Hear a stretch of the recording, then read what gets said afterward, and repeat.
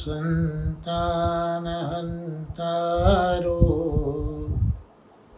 यत्पादां गुजरेणव स्वीयानान्तान् निजाचार्यान् प्रणमामि मुहुर्मुहुः यदनुग्रहतो जन्तु सर्वदुःखातिगो भवेत् तमहं सर्वदा वन्दे श्रीमद्वल्लभनन्दनं सुलभ्य हृदि सर्वेशं श्रीगोपीजनवल्लभं गुणगानं मुदा कुर्वे तस्य तुष्टये स्वभावतः वन्दे नन्दव्रजस्त्रीणां पादरेणुमभीक्ष्णशः यासां हरिकथोद्गीतं पुनाति भुवनत्रयम्। શ્રી ભાગવતાર્થના સત્સંગમાં શ્રી મહાપ્રભુજીના અનુગ્રહથી ભાગવતના પ્રથમ સ્કંદમાં જે અધિકાર લીલા છે એમાં હીન અધિકારીઓનું પ્રકરણ આપણે મહાપ્રભુજીની કૃપાથી જોયું. એ સત્સંગમાં આપણે એ પણ રિકેપ કર્યું હતું કે હીન અધિકારી એમાં શ્રોતા તરીકે શૌનકાદી 88,000 ઋષિઓ છે નૈમિષારણ્યમાં બિરાજ્યા છે અને વક્તા તરીકે સૂતજી છે, ઉગ્રશ્રવા સૂતજી છે. આપણે એ પણ જોયું હતું શરૂઆતમાં કે જે શ્રોતાઓની ઓળખ આપી ત્યાં વિપ્ર કહીને ઓળખ આપી અને વક્તા સૂતજીની જે ઓળખ આપી તે ઉગ્રશ્રવાના પુત્ર છે રોમહર્ષણી, પિતાનું નામ રોમહર્ષણ છે, એમના પુત્ર છે. તો આ વક્તા અને શ્રોતાની ઓળખ પણ આપણે આ રીતે જોઈ હતી. વક્તા અને શ્રોતાના લક્ષણો હીન અધિકાર, મધ્યમ અધિકાર, ઉત્તમ અધિકારમાં જુદા જુદા શ્રી મહાપ્રભુજીએ બતાવ્યા છે. હીન અધિકાર એમાં પણ પહેલો, બીજો, ત્રીજો એમ 3 અધ્યાયોમાં હીન અધિકારનું વર્ણન છે. ત્યાં જે વક્તાના લક્ષણો બતાવ્યા તે આપણે જોયું હતું કે એક તો પરંપરાથી ભાગવતનું શ્રવણ કરેલું હોવું જોઈએ, બીજું શ્રીમદ ભાગવતનું ગૂઢ જ્ઞાન જોઈએ અને ત્રીજું કહેવાનું ચાતુર્ય જોઈએ. તો આ 3 લક્ષણો સૂતજીમાં ક્રમશઃ પ્રથમ અધ્યાય, બીજા અધ્યાય અને ત્રીજા અધ્યાયમાં આપણે જોવા મળે છે. કારણ કે પ્રથમ અધ્યાયની અંદર જ જે બિરાજ્યા છે, શૌનકાદી ઋષિઓનો સૂતજી પધાર્યા છે, ત્યાં પરંપરાથી એટલે પોતાના પિતા પાસેથી આ બધું એમને પ્રાપ્ત થયું છે. એ બધો આપણે વિચાર કર્યો હતો. એવી રીતે વક્તાના લક્ષણ જોયા, પછી શ્રોતાઓના લક્ષણ જોયા કે એક તો જિજ્ઞાસા જોઈએ. તો પ્રથમ અધ્યાયમાં જે 6 પ્રશ્ન પૂછ્યા છે એમાં એમની જિજ્ઞાસા દેખાય છે. ત્યાર પછી એમનામાં શ્રવણ માટેનો આદર જોઈએ અને અમાશ્ચર્ય કોઈનામાં દેખાય નથી. તો આ શ્રોતા વક્તાના જે લક્ષણો છે એને આપણે હીન અધિકારી પ્રકરણમાં પ્રથમ 3 અધ્યાયમાં જોયું હતું. એટલે આપણે અત્યાર સુધી જે કારિકાઓ છે તેમાં હીન અધિકારી વક્તા શ્રોતાની કારિકાઓનો મહાપ્રભુજીની કૃપાથી અધ્યયન કર્યું. અને હવે મધ્યમ અધિકાર જે છે તો મધ્યમ અધિકારમાં વક્તા તરીકે નારદજી છે અને શ્રોતા તરીકે વ્યાસ મહર્ષિજી છે. અહીંયા પણ 3 લક્ષણો વક્તા અને શ્રોતાના છે. હીન અધિકારમાં વક્તા અને શ્રોતાના લક્ષણો અલગ અલગ છે. મધ્યમ અધિકારમાં વક્તા અને શ્રોતાના લક્ષણો એક જ સરખા શ્રી મહાપ્રભુજી બતાવે છે. ભગવદ કૃપા, ભગવદીયત્વ અને ભગવદ એકત્વ. તો 4, 5 અને 6 અધ્યાય એ મધ્યમ અધિકારીઓના અધ્યાય છે. અને આ જે મધ્યમ અધિકારીઓના અધ્યાય છે એને સમજાવવા માટે શ્રી મહાપ્રભુજી 67મી કારિકાથી 80મી કારિકા, આમ 13.5 કારિકાઓની અંદર મહાપ્રભુજી હવે મધ્યમ અધિકારી શ્રોતા વક્તાની સમજ આપણને આપી રહ્યા છે.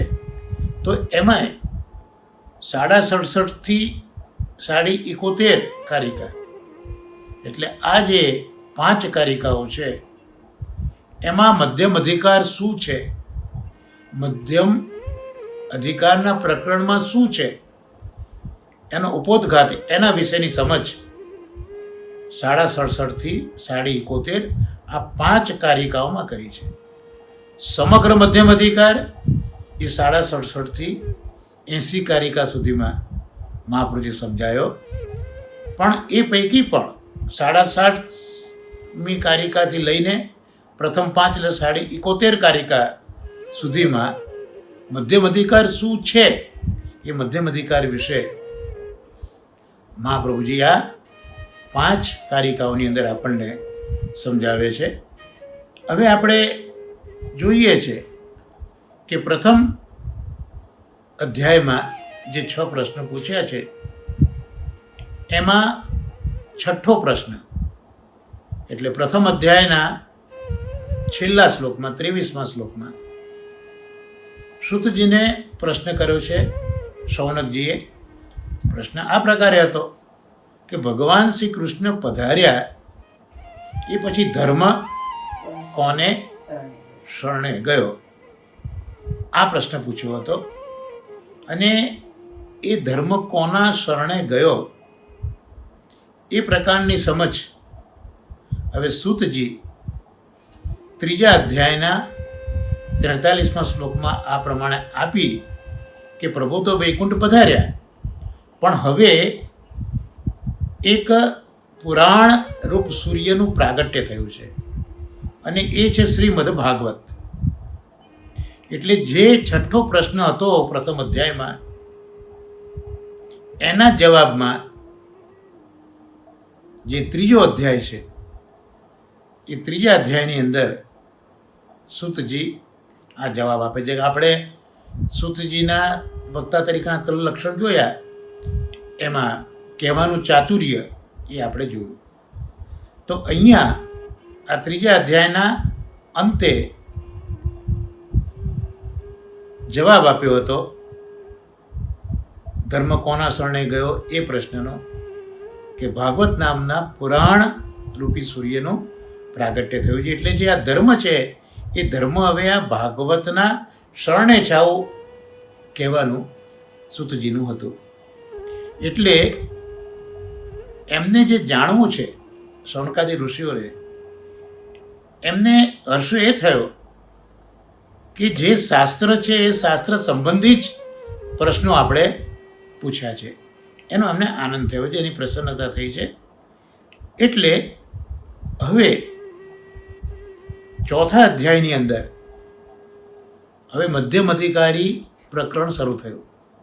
4થો, 5મો અને 6થો 3 અધ્યાયમાં હીન અધિકારી પ્રકરણ સંપન્ન થયું અને એ ત્રીજા અધ્યાયના અંતમાં સૂતજીએ કહ્યું કે ભાગવત નામનો એક પુરાણ સૂર્ય એ ઉદિત થયો છે, એટલે શ્રોતાઓને આનંદ થયો.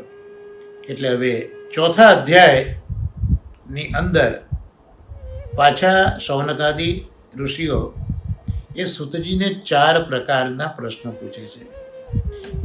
આ પ્રશ્નો કેમ પૂછ્યા? આ પ્રશ્નોનો સીધો સંબંધ ભાગવતજી સાથે છે. જેમ પ્રથમ 6 પ્રશ્નો જે પૂછાયા છે પ્રથમ અધ્યાયમાં, એનો સંબંધ સીધો કૃષ્ણ સાથે છે. એનો સંબંધ શ્રી કૃષ્ણના જે 6 ઐશ્વર્યો છે એની સાથે છે. અને હવે ચોથા અધ્યાયમાં પણ શૌનકાદિ ઋષિઓ સૂતજીને 4 પ્રશ્નો પૂછે છે. એટલે આ 4 પ્રશ્નોનો સંબંધ હવે શ્રીમદ ભાગવત સાથે છે. તો કયા કયા 4 પ્રશ્નો છે એ પણ આપણે ગયા સત્સંગમાં જોયું હતું કે એક તો ભાગવતના સ્વરૂપ સંબંધી પ્રશ્ન પૂછ્યો છે. બીજું ભાગવતના કર્તા કોણ છે એ સંબંધી પ્રશ્ન પૂછ્યો છે.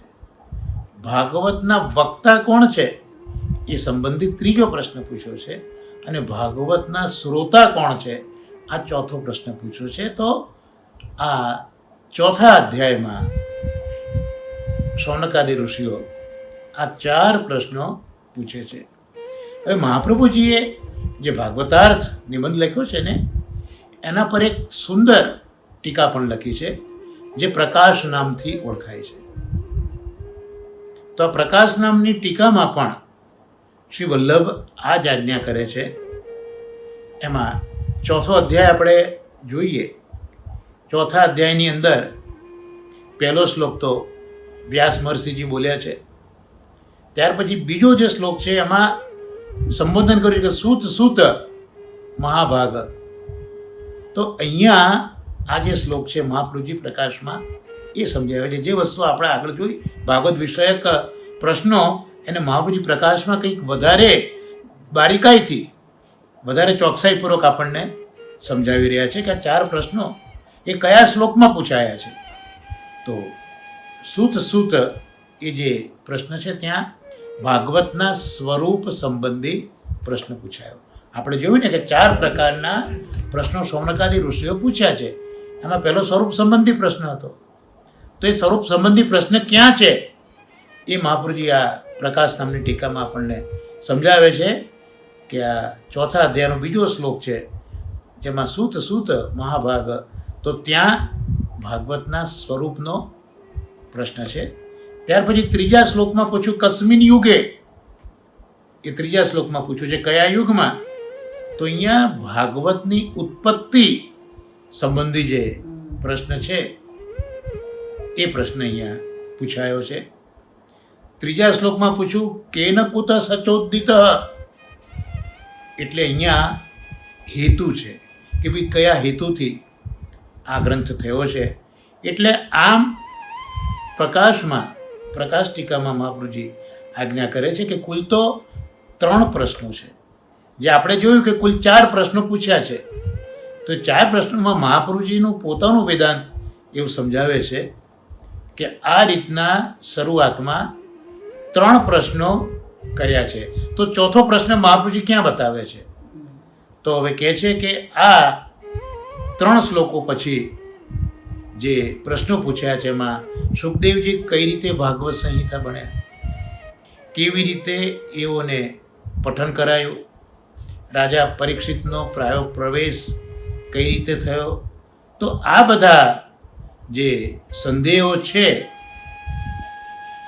એમાં રાજાના જન્મ સંબંધનો પ્રશ્ન છે. એટલે અહીંયા આ 4 પ્રશ્નો મહાપ્રભુજી શ્લોક પ્રમાણે બતાવ્યા છે. શરૂઆતમાં આપણે જોયું ભાગવતાર્થની કારિકામાં એમાં 4 પ્રશ્નો પૂછ્યા, પણ 4 પ્રશ્નો ક્યાં છુપાયા છે એ આ મહાપ્રભુજી પ્રકાશ નામની ટીકામાં આ શ્લોકમાં અહીંયા બતાવ્યું છે.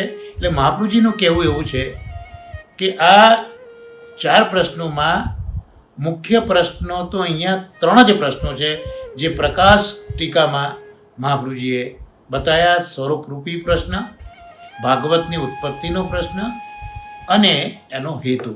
આ 3 પ્રશ્નો એ અહીંયા મુખ્ય છે. તો આ બધાના જે જવાબ છે એ જવાબો મહાપ્રભુજી હવે ક્રમશઃ ક્યાં ક્યાં અપાશે એ આપણને સમજાવી રહ્યા છે કે આમાં જે ભાગવતના સ્વરૂપ અંગેનો જે પ્રશ્ન છે તો એનો ઉત્તર હવે સૂતજી આપણને બીજા સ્કંદમાં આપશે. અત્યારના પ્રથમ સ્કંદ ચાલી રહ્યો છે એટલે પ્રથમ સ્કંદમાં 4થા અધ્યાયમાં પૂછાયેલો આ પ્રશ્ન એનો ઉત્તર હવે દ્વિતીય સ્કંદની અંદર આપણને પ્રાપ્ત થશે. ત્યાર પછી જે પ્રવૃત્તિ સંબંધી પ્રશ્ન છે, ભાગવતની પ્રવૃત્તિ કઈ રીતે થઈ, તો એનો ઉત્તર આ પ્રથમ સ્કંદમાં જ્યારે 3જું પ્રકરણ ઉત્તમ અધિકારીનું જોઈશું ત્યારે આપણને આ ભાગવતની પ્રવૃત્તિ સંબંધનો જવાબ આપણને મળશે અને 3જા પ્રશ્નનો ઉત્તર એ 4થા અધ્યાયની અંદર જ 14મા શ્લોકથી સૂતજી આપણને આપશે. તો મહાપ્રભુજી અહીંયા આપણને સમજાવી રહ્યા છે કે આ પ્રશ્નોના જવાબ હવે આપણને ક્યાં ક્યાં મળશે એ મહાપ્રભુજી અહીંયા આપણને સમજાયો કે ભાઈ જે પહેલો પ્રશ્ન છે એનો જવાબ સૂતજી દ્વિતીય સ્કંદમાં આપશે. ત્યાર પછી જે પ્રવૃત્તિ સંબંધનો પ્રશ્ન છે એ જે ઉત્તમ અધિકાર છે આ પ્રથમ સ્કંદનો એમાં આપણને મળશે. અને ત્યાર પછી જે 3જો પ્રશ્ન છે તો એનો જવાબ આપણને આ જ અધ્યાયની અંદર 14મા શ્લોકથી મળશે. તો આવો મહાપ્રભુજી આપણને ગાઈડલાઈન આપી રહ્યા છે કે જ્યારે તમે ભાગવતજીનું અધ્યયન કરો તો આટલી આટલી વસ્તુઓ આ શ્લોકોમાં મહાપ્રભુજી આપણને બતાવે છે. તો આટલું સમજાયા પછી હવે મહાપ્રભુજી કારિકા ખૂબ સુંદર મૂકે છે. આપણે 67 અને 68 કારિકામાં આ ઉપોદ્ઘાત જોઈ રહ્યા છે. મધ્યમ અધિકાર જે છે એ મધ્યમ અધિકાર વિશેની સમજ 67, 68 કારિકામાં જોઈ. હવે 69મી કારિકા જે ઉપોદ્ઘાતની છે એની અંદર મહાપ્રભુજી ખૂબ સુંદર સમજાવે છે કે ભાઈ સૌનક આદિ ઋષિઓએ આ 4 પ્રશ્નો પૂછ્યા. કયા કયા 4 પ્રશ્નો? સ્વરૂપ સંબંધી પ્રશ્ન પૂછ્યો, કર્તા સંબંધી પ્રશ્ન પૂછ્યો, વક્તા સંબંધી પ્રશ્ન પૂછ્યો અને શ્રોતા સંબંધી પ્રશ્ન પૂછ્યો. તો આ 4 પ્રશ્નો સૌનકજીએ કેમ આ પ્રશ્ન કર્યા આ પૂછ્યું. આપણને પણ થાય ને કે ભાઈ આ પહેલા સ્કંદમાં તો આટલું બધું પૂછ્યું જ છે તો અહીંયા કેમ આવી રીતે પૂછે છે? તો મહાપ્રભુજી એ સમજાવવા માટે, કારણ મહાપ્રભુજી કોઈ જગ્યાએ જરા પણ જીવને શંકા રહે કે સમજ ન પડી એવું મહાપ્રભુજી ઈચ્છતા નથી પોતાના સેવકો પાસે. એટલે અહીંયા 69મી કારિકામાં આ આજ્ઞા કરે છે. 126મું પેજ જુઓ. ત્યાં આજ્ઞા એ કરી, અયુક્તત્વાત્તુ સંપ્રશ્નો યર્થસ્ય લૌકિકત્વત શ્રોતો સર્વ પરિત્યાગાત શ્રવણે કિમ પ્રયોજનમ. કે એક તો આ શ્રીમદ ભાગવતની જે વાત કરી એ શાસ્ત્ર, એના અર્થ એ અલૌકિક છે. બીજું, સુખદેવજીના વિશે આપણે આગળ જોઈશું કે સુખદેવજી તો કોઈક ઘરે પણ ખાલી ગાયનું દૂધ દોવાતું હોય એટલો સમય સુખદેવજી ઊભા રહેતા. બાકી સુખદેવજી સદાય વિચરણ જ કર્યા કરતા, કોઈ જગ્યાએ સ્થિર રહેતા જ નહીં. સ્થિર રહે તો પણ આટલી જ સ્થિરતા બતાવી છે, આગળ આપણે જોઈશું એમાં. તો આવા સુખદેવજી એ પોતે ભાગવત ભણ્યા પણ ખરા અને પેલા સૂતજીને ભણાયું તો એ ભણાયું પણ ખરું. તો આ વાત અયુક્ત લાગે છે. આવી એક શંકા અહીંયા થતી એવું લાગે કે ભાઈ આ વસ્તુ શક્ય નથી. એક તો ભાગવત છે જ અલૌકિક અર્થવાળું અલૌકિક શાસ્ત્ર છે. અને સુખદેવજી વિશે તો અમે જાણીએ છીએ કે એક સ્થળે એ ગાય દોવાય એટલો સમય જ ઊભા રહેતા. તે સુખદેવજી ભણ્યા અને પાછા ભણાયા, એટલે આ પણ અયુક્ત લાગે છે, અમને યુક્ત નથી લાગતું. ત્યાર પછી પરીક્ષિત રાજા, એ તો મહારાજા હતો, ચક્રવર્તી રાજા હતો, એને ત્યાગ કર્યો. અને ત્યાગ કર્યા પછી એને પાછું ભાગવતને શ્રવણ કર્યું, તો એનું પ્રયોજન શું?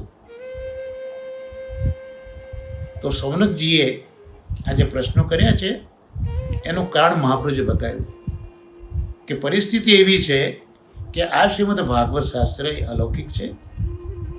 એમાં જે સુખદેવજીનો વક્તા તરીકે જ્યારે જિક્ર આવશે ત્યારે એમ થશે કે સુખદેવજી ભણ્યા ક્યાં, કઈ રીતે ને ભણાયું કઈ રીતે. અને પરીક્ષિત જેવો રાજા એ બધું રાજ્ય વગેરે છોડીને ગંગા તીરે બેઠા ભાગવત સાંભળવા માટે, તેનું પ્રયોજન શું હતું? તો આ રીતના વિચારો કરવાની કોઈ જરૂર નથી. મહાનુભાવો એવી રીતે સમજાવે છે કે ભાગવતની ઉત્પત્તિ અને એની પ્રવૃત્તિ એના વિષયમાં પેલું તર્કથી જો બધું વિરુદ્ધ સાંભળીએ આપણે તો એનાથી ઉત્તમ ફલની પ્રાપ્તિ થતી નથી. અર્થાત આ જે કંઈ છે ભાગવત વિશેના જે આ 4 પ્રશ્નો, એમાં કોઈ તર્ક કરવાની કોઈ જરૂર નથી, કંઈક વિરુદ્ધ વિચાર કરવાની જરૂર નથી. કારણ કે બધું આગળ જ કહ્યું કે આ બધું અલૌકિક છે. એટલે અલૌકિકમાં લૌકિક બુદ્ધિ પહોંચી ન શકે, લૌકિકથી એનું માપ ન નીકળે. એટલે જો તમે એવો તર્ક કરીને અવળો અર્થ લેશો તો જે આ ભાગવતનું ફલ છે એ ફલ પ્રાપ્ત નહીં થાય, કારણ કે આ વિષય જ આખો અલૌકિક છે. એટલે આમાં પોતાની તો કલ્પના થઈ શકે એવું છે જ નહીં. તર્કને કોઈ સ્થાન અહીંયા નથી. જેમ આપણે ત્યાં પણ આપણે પુષ્ટિમાર્ગમાં જોઈએ છે, આચાર્ય ચરણો આજ્ઞા કરે છે કે ભાવો ભાવનાયા સિદ્ધ સાધનમ નાન્ય ઇષ્ટતે. તમે ભાવના કરો, ભાવના હશે તો ભાવ સિદ્ધ થશે.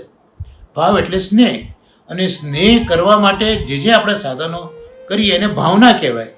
એટલે મહાપ્રભુજીની આજ્ઞા તો બહુ સ્પષ્ટ છે કે ભાવ માટે ભાવના કરો. પણ ત્યાં મહાનુભાવ બહુ સ્પષ્ટ કહે છે કે આ ભાવના આપણી સ્વતંત્ર ભાવના ન થાય. આ ભાવના જે ગોપીજનો છે આ માર્ગના, અસ્મિન માર્ગે ગોપિકા ગુરવ પ્રોક્તા, આપણા આચાર્ય તો વલ્ભાચાર્યજી જ છે, આપણા ગુરુ તો વલ્ભાચાર્યજી જ છે. પણ આ પથ જે પ્રગટ કર્યો છે ગોપીજનોએ, એટલે આ મૂળતઃ આ પથના આચાર્ય ગુરુ એ ગોપીજનો છે. એટલે ગોપીજનોએ જે ભાવ કર્યો છે, જે ભાવનાઓ કરી છે પ્રભુના ભાવ માટે, એ ભાવનાઓ આપણે કરી શકીએ. સ્વતંત્ર ભાવના આપણાથી થઈ ન શકે. એટલે અહીંયા મહાપ્રભુજી આ જ વસ્તુ અહીંયા સમજાવે છે કે વિષય અલૌકિક છે, એટલે એમાં પોતાની કલ્પના થઈ જ ન શકે. કારણ કે ભગવાન અધોક્ષજ છે. અધોક્ષજ એટલે ઇન્દ્રિયોનું જ્ઞાન જ્યાં પ્રભુના સ્વરૂપથી નીચું છે. એટલે ભગવત સ્વરૂપ એ આપણી ઇન્દ્રિયોના જ્ઞાનથી ઉપર છે. એટલે આપણી નજર, આપણી સોચ, આપણો વિચાર, આપણો તર્ક ત્યાં સુધી પહોંચી શકતો નથી. આચાર્ય ચરણો પુરુષોત્તમ સહસ્રમાં એટલે જ આજ્ઞા કરે છે પંચમ સ્કંદમાં, તર્કા ગોચર કાર્યકૃત. આપણે તર્ક કરતાં થાકી જઈએ પણ ઠાકોરજી સમજાય એવા નથી. એવી રીતે શ્રીમદ ભાગવત પણ ઠાકોરજીનું જ નામાત્મક અંગ છે. એટલે એ તર્કથી નહીં પકડાય આપણે. એટલે અલૌકિક વિષય છે, એમાં અલૌકિક બુદ્ધિ જોઈએ. એટલે ત્યાં આપણા પોતાની કલ્પના કે તર્કને સ્થાન નથી. એટલે અહીંયા જે પ્રશ્ન છે એ પ્રશ્નમાં કોઈ તર્ક કે એનો વિરોધ કોઈ રીતે અહીંયા બતાવવા માગતા નથી. એટલે અહીંયા વિરોધની ભાષામાં અહીંયા આ પ્રશ્ન પૂછાયા નથી કે સ્વતંત્ર તર્કની બાબતમાં પૂછાયા નથી. પણ અલૌકિક વસ્તુ છે એટલે એને જાણવી છે, એના અનુસંધાનમાં અહીંયા પૂછ્યું છે. આ આપણે 69મી કારિકામાં આપણે જોયું. હવે 70મી કારિકામાં મહાપ્રભુજી આ મધ્યમ અધિકારના ઉપોદઘાતની અંદર આ 70મી કારિકા, એમાં મહાપ્રભુજી આજ્ઞા કરે છે સ્વત એવોત્તમત્વાચ ચ કૃષ્ણાનું ગ્રહણાદપી અતસ્તજન્મ સંપ્રશ્ન કૃષ્ણ ભક્ત્યા પ્રસંગત. એટલે સુખદેવજી એ તો પરીક્ષિત કરતા ઉત્તમ છે, એમાં કોઈ સવાલ જ નથી કે સુખદેવજી વક્તા એ શ્રોતા કરતા ઉત્તમ જ છે. અને પરીક્ષિતજી ઉપર કૃષ્ણનો અનુગ્રહ પણ છે. આ પણ હકીકત છે કે પરીક્ષિતજી ઉપર કૃષ્ણનો અનુગ્રહ છે. એટલે સુખદેવજી અને પરીક્ષિતજીના જન્મ સંબંધી પ્રશ્નો પણ કૃષ્ણ ભક્તિથી છે. આ જે 4 પ્રશ્નો છે ને, એનું જો મહાપ્રભુજી આપણને કેટલું વિશિષ્ટ રીતે સમજાવે છે કે ભાગવત સંબંધી જે 4 પ્રશ્નો છે એમાં વક્તા સંબંધી પ્રશ્ન પૂછ્યો, શ્રોતા સંબંધી પ્રશ્ન પૂછ્યો તો વક્તા સુખદેવજી છે, શ્રોતા પરીક્ષિતજી છે.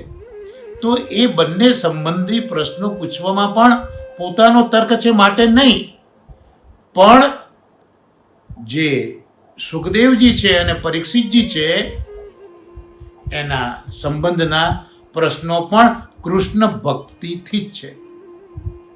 કારણ કે પરીક્ષિતજી ઉપર કૃષ્ણનો અનુગ્રહ છે અને સુખદેવજી એ પરીક્ષિતજી કરતાં ઉત્તમ છે.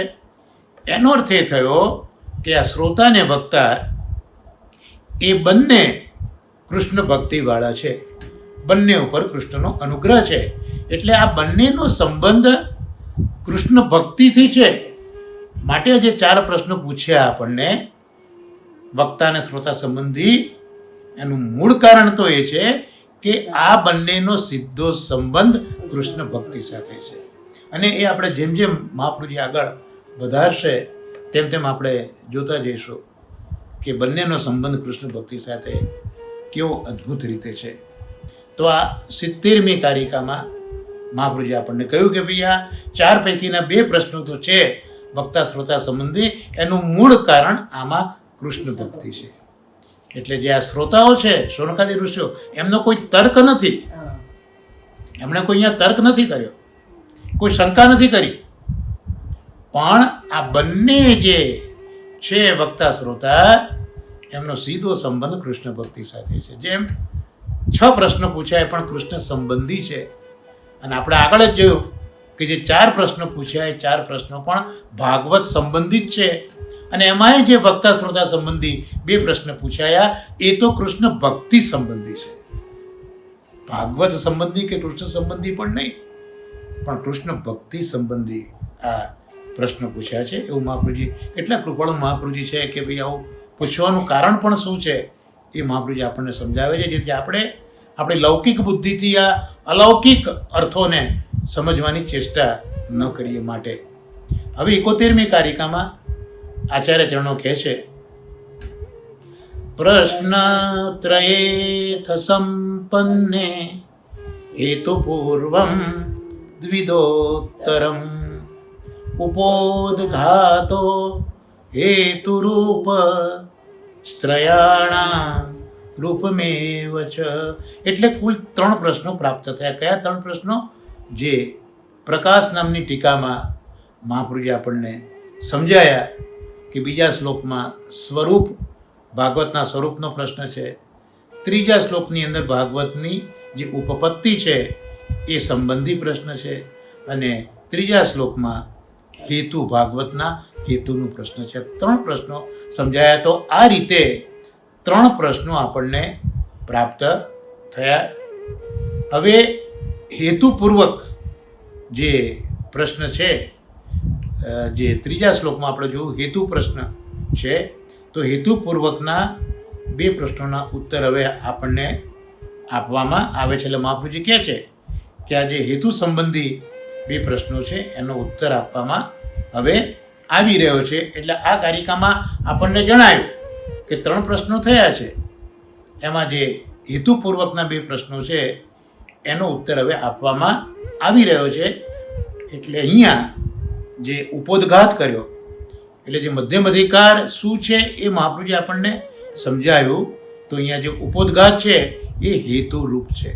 કારણ કે કન્ટેન્ટ શું છે સમગ્ર પ્રકરણની, મધ્યમ અધિકાર પ્રકરણ છે શું? એ જો આપણને ખ્યાલમાં આવે તો આપણને આ મધ્યમ અધિકારમાં સમજ વધારે પડે. એટલે મધ્યમ અધિકારનો જે હેતુ છે એને લગતો આ અહીંયા ઉपोદ્ઘાત કર્યો છે, સમજાવ્યું છે. કારણ કે આ પ્રકરણ શ્રી ભાગવતની ઉત્પત્તિનું કારણ જણાવવામાં જ ખાલી સમાપ્ત થાય છે. એટલે ચોથો, પાંચમો અને છઠ્ઠો અધ્યાય, એ સમગ્ર અધ્યાયમાં એક જ વસ્તુ આવશે, એક જ વસ્તુ મળશે. કઈ વસ્તુ? ભાગવતની ઉત્પત્તિનું કારણ. એ આપણને માત્ર મધ્યમ અધિકારમાં આ એક જ વસ્તુ જોવા મળશે કે ભાગવતની ઉત્પત્તિ કેમ થઈ. એટલે આ જે ઉपोદ્ઘાત મધ્યમ પ્રકરણમાં છે એ મૂળ તો ભાગવતની ઉત્પત્તિના કારણરૂપ છે. કારણ કે સમગ્ર ચોથા, પાંચમા, છઠ્ઠા અધ્યાયમાં આપણે ભાગવતની ઉત્પત્તિ કેમ થઈ એ જોવા મળે છે. એટલે મહાપ્રભુજી અહીંયા મધ્યમ અધિકારનો જે ઉपोદ્ઘાત કરી રહ્યા છે એ વાસ્તવમાં તો ભાગવતની ઉત્પત્તિ કેમ થઈ એ મહાપ્રભુજી આપણને અહીંયા સમજાવી રહ્યા છે. તો આ કારણોનો પણ વિચાર આપણે કરવો જોઈએ. એટલે નારદે વ્યાસને ભાગવત સંબંધી બોધ કરવાનો કયો પ્રસંગ હતો? કારણ કે અહીંયા આપણે જોયું શરૂઆતમાં જ મધ્યમ અધિકારમાં કે જે વક્તા છે નારદજી છે અને શ્રોતા એ વ્યાસજી છે. વિષય મૂળ એવો બનેલો છે કે વ્યાસજી પોતે તો ભૂતલ પર પધાર્યા છે વિષ્ણુના અવતાર તરીકે, અને જે વિસ્તાર કરે એનું નામ વ્યાસ. એટલે આપે ખૂબ જ ગ્રંથોનો વિસ્તાર કર્યો છે. જે વેદ હતો એ વેદના 4 ભાગ કર્યા, પુરાણો કર્યા. જે કંઈ શ્રુતિઓની અંદર શંકા થાય તેનું સમાધાન કરવા માટે આપે બ્રહ્મસૂત્રો લખ્યા, મહાભારત લખ્યું. છતાં વ્યાસજીને સંતોષ થતો નહોતો અને એ અસંતોષનું કારણ મળતું નહોતું. તે વખતે આ વ્યાસજીને પાસે નારદજી પધારે છે. ભગવાનના પ્રેરાયેલા નારદજી આવે છે અને નારદજી આગળ વ્યાસજી પોતે આ રજૂઆત કરે છે કે મને કેમ કંઈક ખૂટતું એવું લાગે છે, મને આટલું બધું કર્યા છતાં કેમ મને સંતોષ નથી. ત્યારે નારદજી એમને શું તમારામાં ખૂટે છે, શા માટે તમને અસંતોષ છે, આટલું બધું કર્યા છતાં પણ એનું કારણ બતાવે છે. ટૂંકમાં કારણ એ બતાવ્યું કે તમે બધું જ કર્યું, એમાં મુખ્યતઃ ભગવાનનો યશ તમે કોઈ જગ્યાએ ગાયો નથી. તમે એટલે હવે માત્ર ને માત્ર ભગવાનના યશને ગાઓ. તમે અત્યાર સુધીમાં જે કંઈ લખ્યું તે 4 પુરુષાર્થો પ્રાપ્ત થાય એ સંબંધી વાતો કરી, પણ ભગવાનને જ માત્ર કેન્દ્રમાં રાખીને જે કહેવું જોઈએ, માત્ર ને માત્ર ભગવત ગુણાનુવાદ કરવા જોઈએ, તે આપે કર્યા નથી. અને ગમે તેટલા અલંકારિક ભાષામાં આપણે બધું લખીએ કહીએ, પણ એમાં જો ભગવાન ભણાયેલા ના હોય તો એની કોઈ કિંમત છે નહીં. કારણ કે જેલા માન સરોવરના હંસો હોય એ માન સરોવરના હંસો તો મોતીનો જ ચારો ચરે. એમને પછી પેલા કાગડાઓ જ્યાં પેટ ભરતા હોય એવું સ્થળ ન ગમે. તો ગમે તેટલી અલંકારિક ભાષામાં તમે વર્ણનો કરો, પણ એમાં જો ભગવાન વર્ણિત ના હોય તો એનું કોઈ જ અર્થ કે એનું કોઈ જ મહાત્મ્ય આ માર્ગની અંદર નથી. એમ નારદજીએ સંભળાવ્યું અને નારદજીએ પછી એમને કહ્યું કે તમે હવે સમાધિ કરો. અને સમાધિમાં વ્યાસજીએ આ ભાગવતનું દર્શન કર્યું છે. એટલે આજે સમગ્ર આટલો પ્રસંગ મેં જે ટૂંકમાં કહ્યો તે આ ચોથા, પાંચમા અને છઠ્ઠા અધ્યાયની અંદર આવે છે. એટલે જે ભાગવત ઉત્પત્તિ જે છે એનું કારણ આ ચોથા, પાંચમા અને છઠ્ઠા અધ્યાયમાં આવ્યું. એટલે અહીંયા નારદજી છે એ નારદજી પોતે ભાગવત સંબંધી બોધ કરે છે. મેં કહ્યું તો એવો કયો પ્રસંગ બન્યો કે નારદજી આવો બોધ કરવા માંડ્યા? મેં તમને ટૂંકમાં તો કહી દીધું છે, પણ બધું ક્રમશઃ આગળ આવશે. મહાપ્રભુજી આપણને ઇન એડવાન્સ આ બધું સમજાવી રહ્યા છે કે નારદે વ્યાસને ભાગવત સંબંધી બોધ કરવાનો કયો પ્રસંગ હતો. બીજું, નારદે વ્યાસજીને એ બોધ કર્યોનું પ્રયોજન પણ શું હતું? વિચાર કરવા જેવું છે. કારણ કે નારદજી પણ ભગવદ અવતાર છે અને વ્યાસજી પણ ભગવદ અવતાર છે. નારદજી તો ભક્ત છે અને વ્યાસ મહર્ષિજી તો વિષ્ણુનો સંપૂર્ણ જ્ઞાન કલાનો અવતાર છે. એટલે જ્ઞાનની દ્રષ્ટિએ તો વ્યાસજી મહાન છે. છતાં અહીંયા વ્યાસજીને નારદજી કેમ બોધ કરે છે એનું શું પ્રયોજન હતું. અને હકીકત તો પછી એ જ જાણવાની બાકી રહી ગઈ કે આ નારદનો ઉલ્લેખ કર્યો, પણ નારદ છે કોણ, નારદજી હતા કોણ.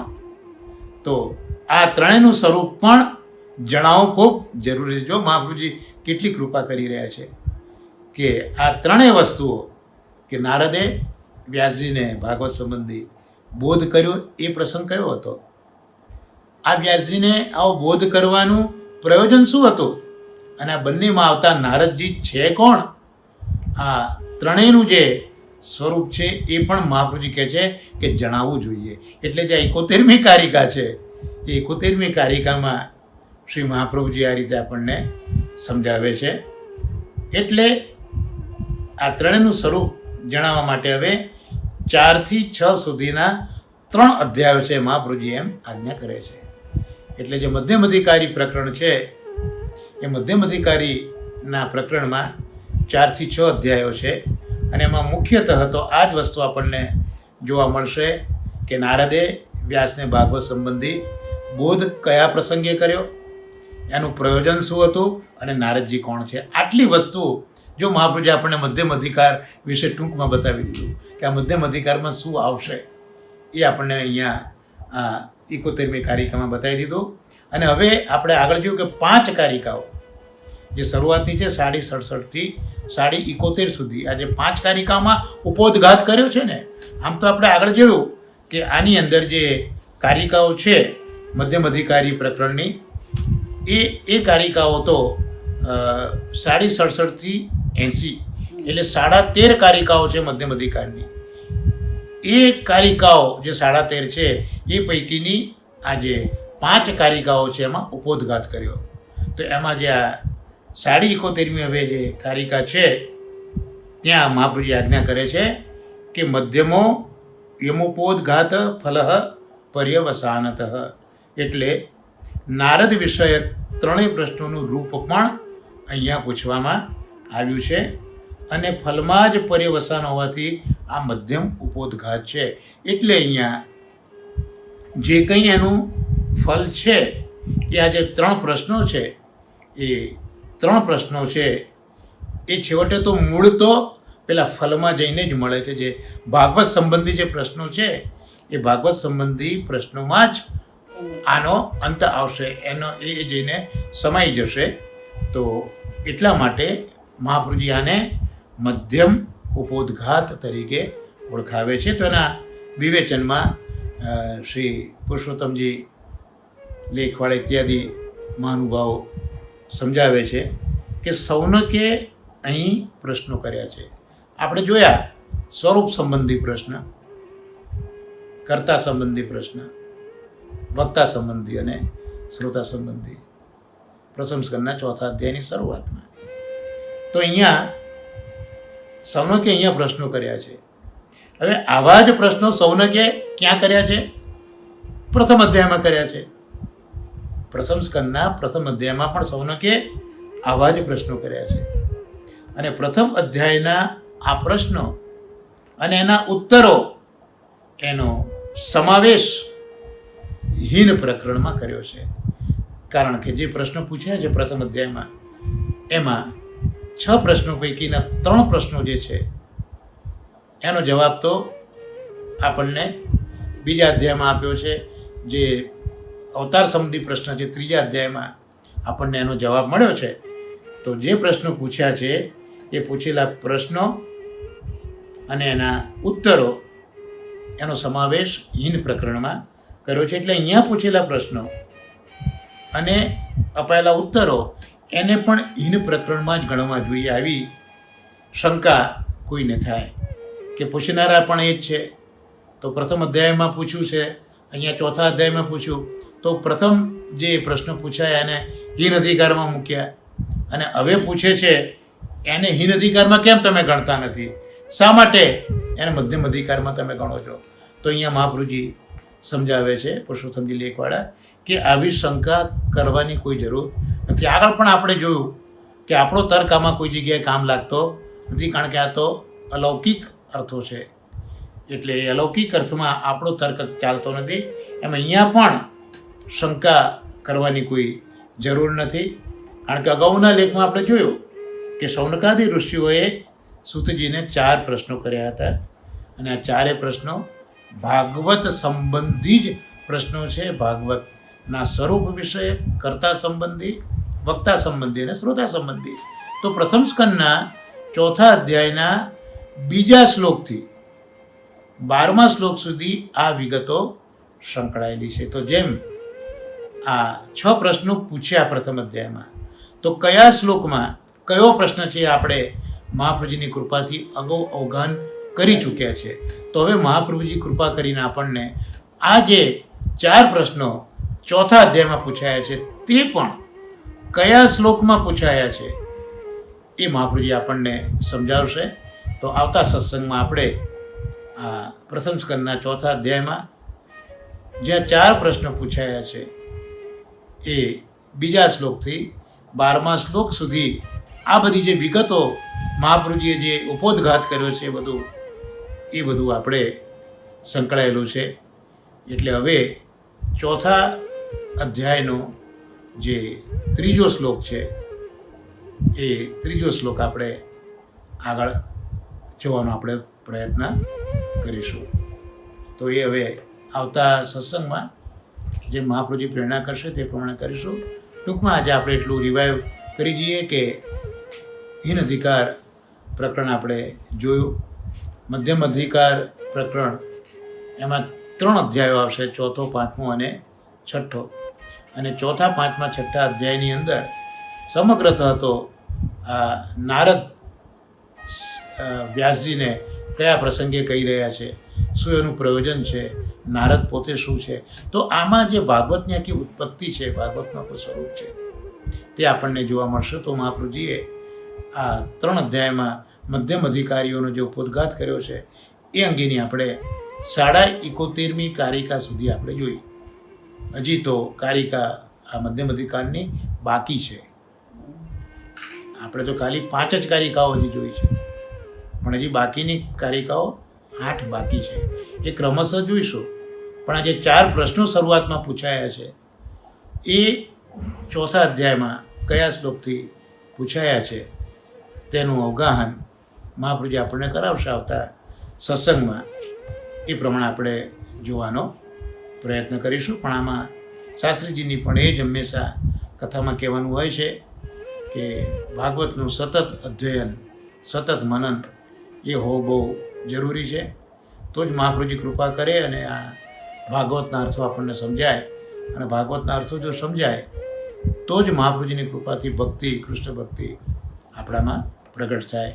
એટલે થોડોક સમય કાઢીને પણ આ બધાનું સતત અવગાહન કરવું એ બહુ જરૂરી છે એવું શાસ્ત્રીજી અવારનવાર પોતાના વક્તવ્યમાં, કથામાં કહી રહ્યા હોય છે.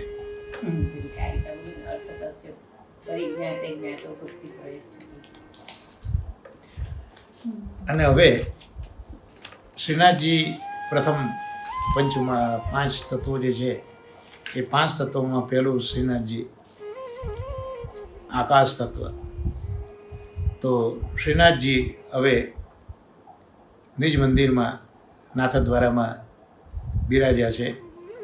તો એ શ્રીનાથજીના સ્વરૂપનો પરિચય પણ આપણે જોઈએ. આમ તો આ લગભગ બધા શ્રીનાથજીના સ્વરૂપથી વાકેફ જ છે, એમાં કોઈ સવાલ નથી. પણ આપણો આ વિષય શ્રીનાથજી વિશેનો છે તો એ પણ આપણે શ્રીનાથજીના સ્વરૂપનો પરિચય પ્રાપ્ત કરી લઈએ. પરમ ભગવદી રમેશભાઈ પરીખની કહાનીથી આપણે જોઈએ તો નિકુંજ નાયક ગોવર્ધન ધરણ પ્રભુ એના દર્શન આપણે નિત્ય કરીએ છીએ, સેવા સ્મરણ પણ આપણે નિત્ય કરીએ જ છે.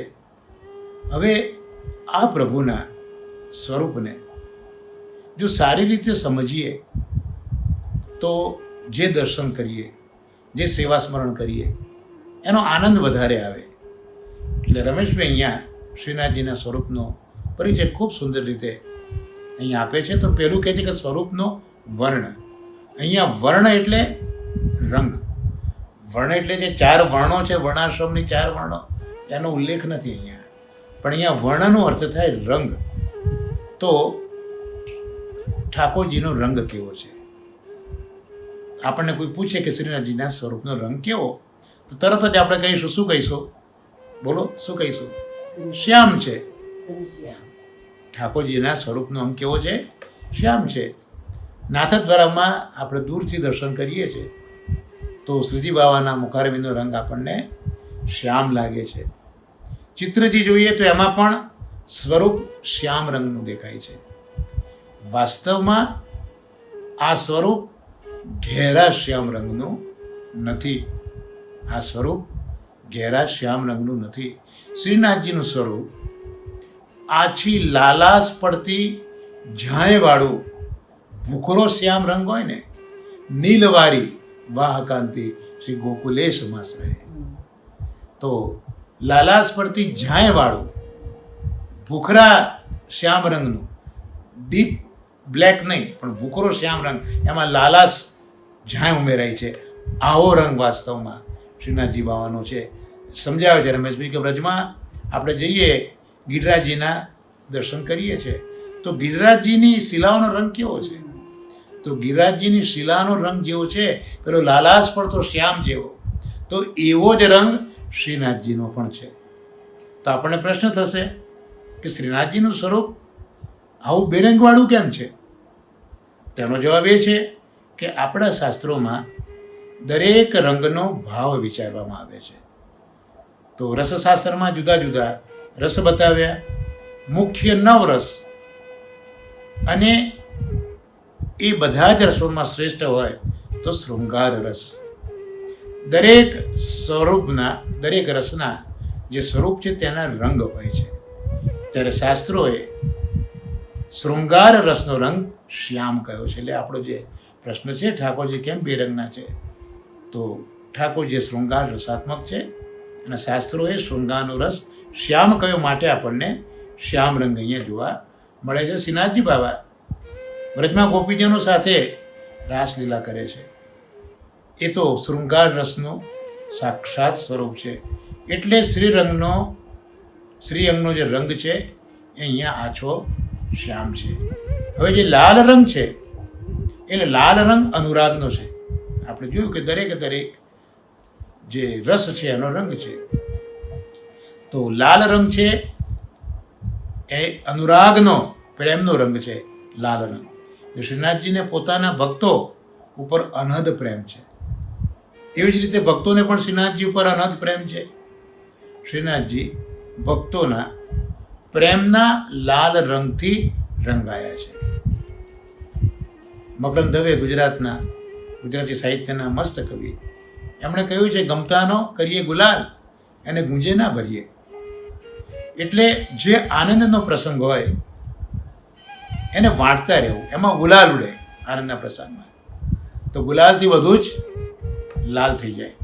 એટલે ભક્તોના આનંદ રૂપા ગુલાબ, અનુરાગ રૂપિયા ગુલાલ જાણે શ્રીજી બાવાના લાલ વર્ણ બની ગયા હોય. શ્રીજી બાવા પોતાના ભક્તોના અનુરાગથી રંગાઈને શ્રીજી બાવા પોતે લાલ વર્ણના બની ગયા છે. આથી શ્રીઅંગ ઉપર આછો લાલ રંગ પણ ઝળકી રહ્યો છે. તો આ શ્રીનાથજી બાવાનું વાસ્તવ સ્વરૂપનું જે વર્ણ છે ને એ વર્ણ આવો છે. હવે એ જે સ્વરૂપ છે એની આકૃતિ જોઈએ આપણે તો અતિ વિશિષ્ટ પ્રકારનું આ શ્રીનાથજીનું સ્વરૂપ છે. આવું અન્ય સ્વરૂપ કોઈ જગ્યાએ જોવા નથી મળતું.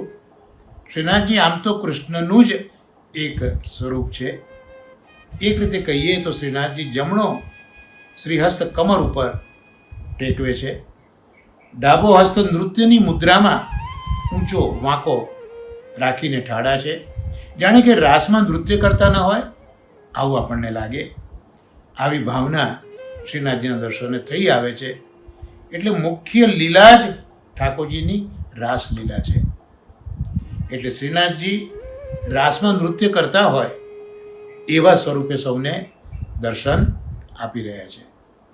પ્રાચીન ચિત્રોમાં જોઈએ તો શ્રીનાથજીના બંને ચરણના પંજા સીધા નથી, પણ નૃત્યની મુદ્રામાં જ એકબીજાથી વિરુદ્ધ દિશામાં પ્રાચીન ચિત્રોમાં જોવા મળે છે.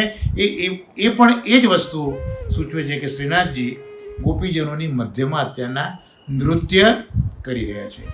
શ્રીનાથજીના સ્વરૂપની બીજી એક ભાવના પણ છે, એમનો ડાબો શ્રીહસ્ત ઊંચો છે એટલે ડાબા શ્રીહસ્ત ઊંચો છે એટલે કોઈકને બોલાવતા હોય આપણે ત્યારે આપણે આપણો હાથ ઊંચો કરી હાથના ઈશારે આપણે બોલાવીએ છીએ. એમ શ્રીનાથજી પણ પોતાના ભક્તોને પોતાના ડાબા શ્રીહસ્તને ઊંચો કરીને એના ઈશારે પોતાની પાસે બોલાવી રહ્યા છે. જાણે કે કહી રહ્યા છે કે તમે તો હજારો વર્ષોથી મારાથી છૂટા પડીને જતા રહ્યા છો, મને તમારા વિના ગમતું નથી, માટે તમે મારી પાસે આવો. જે ભક્તો શ્રીનાથજીનો આ ઈશારો સમજી એમના ચરણમાં દોડ્યા છે ને એ ભક્તોના હૃદય શ્રીનાથજી પોતાના જમણા શ્રીહસ્તની મુઠ્ઠીમાં કિંમતી રત્નની જેમ મુઠ્ઠી બંધ કરીને છુપાવીને રાખે છે. મુઠ્ઠી વળેલો જમણો શ્રીહસ્ત પોતાની કટી ઉપર પધરાયો છે. એનો અંગૂઠો જે લોકો એમના ભક્ત નથી તેમને બતાવે છે. એમને અંગૂઠો બતાવે છે. જે ભક્ત નથી એને આપણે લૌકિકમાં પણ અંગૂઠો કોને બતાવીએ? તો જે અભક્ત છે એને અંગૂઠો બતાવે છે. જાણે એમ કહે છે કે હું તો મારા ભક્તોને જ મારી મુઠ્ઠીમાં મારા પ્રાણથી પણ વધારે સારી રીતે સાચવું છું, કારણ કે મને સૌથી વધારે પ્રિય જો કોઈ હોય તો મારા ભક્તો છે. બીજાઓને અંગૂઠો બતાવીને કહે છે કે હું તમારા માટે નથી, હું તમને મળીશ પણ નહીં. આસુરી જીવો મારી પાસે આવી શકતા નથી. હવે સ્વરૂપ ઉપરના જે શણગાર છે તે આપણે જોઈએ તો મસ્તક ઉપર લાંબા વાળનો સુંદર કલાત્મક ઊંચો અંબોડો બાંધ્યો છે. એના દર્શન કરીને જ માધવદાસજીએ ગાયું કે વાંકે અંબોડે શ્રીનાથજીને સુંદર શ્યામ સ્વરૂપ. તો આ માધવદાસજી એમણે આ ગાયું છે કીર્તન. એ આ જે કલાત્મક ઊંચો અંબોડો છે તે જોઈને ગાયું છે. એટલે પેલી જાપાનની સ્ત્રીઓ તેમના માથા પર આવા ઊંચા અંબોડાની કેશભૂષા કરતી હોય છે. શ્રીજી બાબાએ પણ હવે એક સુંદર અંબોડો બાંધ્યો છે. શ્રીજી બાબાના કંઠમાં ઝીણી માળા છે જે કંઠસ્સરીના નામે ઓળખાય. કટી ઉપર તનિયો ધારણ કર્યો છે. તનિયો એટલે લંગોટ, લગભગ ઢીંચણને સ્પર્શ કરતી વનમાળા પણ શ્રીજી બાબાએ ધારણ કરી છે, જે એમના બે હસ્ત ઉપર રહેલી છે. પોતે નિકુંજનાયક શ્રીનાથજી છે. આવા શ્રીનાથજી બાબાની પીઠિકા ઉપર ગિરિકંદરા શોભે છે. એમ લાગે છે કે ગિરિકંદરાના દ્વાર ઉપર શ્રીનાથજી બાબા ઠાડા છે. એનું કારણ એ કે તેઓ ગિરિરાજજીની ભીતરમાં રહેલી 12 નિકુંજોના સ્વામી છે. આપણે શરૂઆતમાં જ જોયું કે સિંહાડમાં જે 12 દ્વાર છે એ 12 નિકુંજોનો ભાવ છે. આપણે શરૂઆતના સત્સંગમાં જોયું. તો અહીંયા ઠાકોરજી ગિરિરાજની ભીતરમાં રહેલી 12 નિકુંજોના નાયક છે, સ્વામી છે, એમ ઠાડા છે. આ નિકુંજોમાં બ્રજ ભક્તો સાથે અહર્નિશ એ લીલાઓ કરે છે. એ માટે નિકુંજના દ્વારે ઊભા રહીને પોતાના ભક્તોને બોલાવે છે. આ જે સ્વરૂપ છે એ કિશોર લીલાની ભાવનાનું સ્વરૂપ છે. પોતે શ્રી સ્વામીજીની નિકુંજના નાયક છે, શ્રી ગોવર્ધનના નાથ છે. માટે આપનું નામ શ્રી ગોવર્ધન નાથ છે. હવે શ્રીજી બાબાની પીઠિકા જે છે એ પીઠિકા ચોખંડી છે, એટલે 4 ખૂણાવાળી પીઠિકા છે. એટલે એમાં મુખ્ય 4 સ્વામિનીજીઓ બિરાજે છે: શ્રી રાધિકાજી, ચંદ્રાવલીજી, કુમારિકાજી અને યમુનાજી. આ 4 સ્વામિનીજીના ભાવથી 4 ખૂણાવાળી ચોખંડી પીઠિકા છે. પીઠિકામાં બિલકુલ અવકાશ નથી, જાણે એક જ વિશાળ શિલાખંડમાંથી પીઠિકા સાથેનું સ્વરૂપ સિદ્ધ થયું હોય એ પ્રકારે લાગે છે. અને તેમાંય આ સ્વરૂપ કોઈ શિલ્પકારે તો બનાવ્યું જ નથી. સ્વયંભૂ ગિરિરાજમાંથી શ્રીનાથજી બાબા પ્રગટ થયા છે. એ આ સ્વરૂપ છે. આ પીઠિકાની ઉપર જોઈએ તો ગિરિરાજજીની આકૃતિના દર્શન પીઠિકામાં થાય છે. શિલાખંડો એકબીજાની ઉપર રહેલા છે અને એમની વચ્ચે જુદી જુદી આકૃતિના ચિહ્નો અંકિત થયા છે. આ ચિહ્નો કોની કોની આકૃતિના છે, એનો ભાવ શું છે એ પણ આપણે જાણવું જોઈએ. તો શ્રીજી બાબાના મસ્તક ઉપર કંદરામાં પોપટની આકૃતિ છે. સંસ્કૃતમાં એને શુક કહેવાય. એટલે જે લીલામાં સુખદેવજી છે એનું સ્વરૂપ આ છે. એમને લીલાશુકના નામથી જાણવામાં આવે છે. આ લીલાશુક હંમેશા રાધિકાજીની પાસે જ રહે છે, રાધિકાજીને અતિ પ્રિય છે. રાધિકાજીનો સંદેશો શ્રી ઠાકોરજીને પહોંચાડે છે. એથી શ્રી ઠાકોરજીને પણ એ ખૂબ પ્રિય છે. આ લીલા સુખદેવજી સ્વરૂપે પૃથ્વી ઉપર આવ્યા. એથી જ સુખદેવજી ભગવાનના સ્વરૂપને સારી રીતે જાણે છે. એથી એમણે ભગવાનની લીલાઓનું ગુણગાન ગાતા શ્રીમદ ભાગવતની કથા કરી. તેમણે પરીક્ષિત રાજાને ભાગવતનું શ્રવણ કરાવી તેમનો કાલનો ભય દૂર કર્યો. તેમના ઉપદેશથી રાજાનો સંસાર પણ નાશ પામ્યો અને શ્રી કૃષ્ણમાં પ્રેમ લક્ષણા ભક્તિ પ્રગટ થઈ. એટલે શ્રીજી બાબાના મસ્તક ઉપર શુકનું ચિહ્ન બિરાજે છે. હવે શુકની જમણી બાજુ પીઠિકાના છેડે એક મુનિના દર્શન છે. એ ભગવાનના સાંખ્ય અવતાર કપિલ દેવજી છે. એમણે એમના માતા દેવૂતીજીને મોક્ષ અપાવ્યો. તેવું એવું સૂચવે છે કે કોઈ પણ મનુષ્ય પોતાની મૂળ પ્રકૃતિનો ત્યાગ કરીને જગતમાં કમળની જેમ નિર્લેપ બનીને રહે અને ભક્તિ તથા સાંખ્યનું જ્ઞાન મેળવે, એ પ્રમાણેનું જીવન જીવે તો એને અવશ્ય ભગવાનની પ્રાપ્તિ થાય છે. સુખની ડાબી બાજુ પીઠિકાના છેડે બે મુનિ બિરાજ્યા છે. એ નારદ અને નારદ અને નારાયણ છે.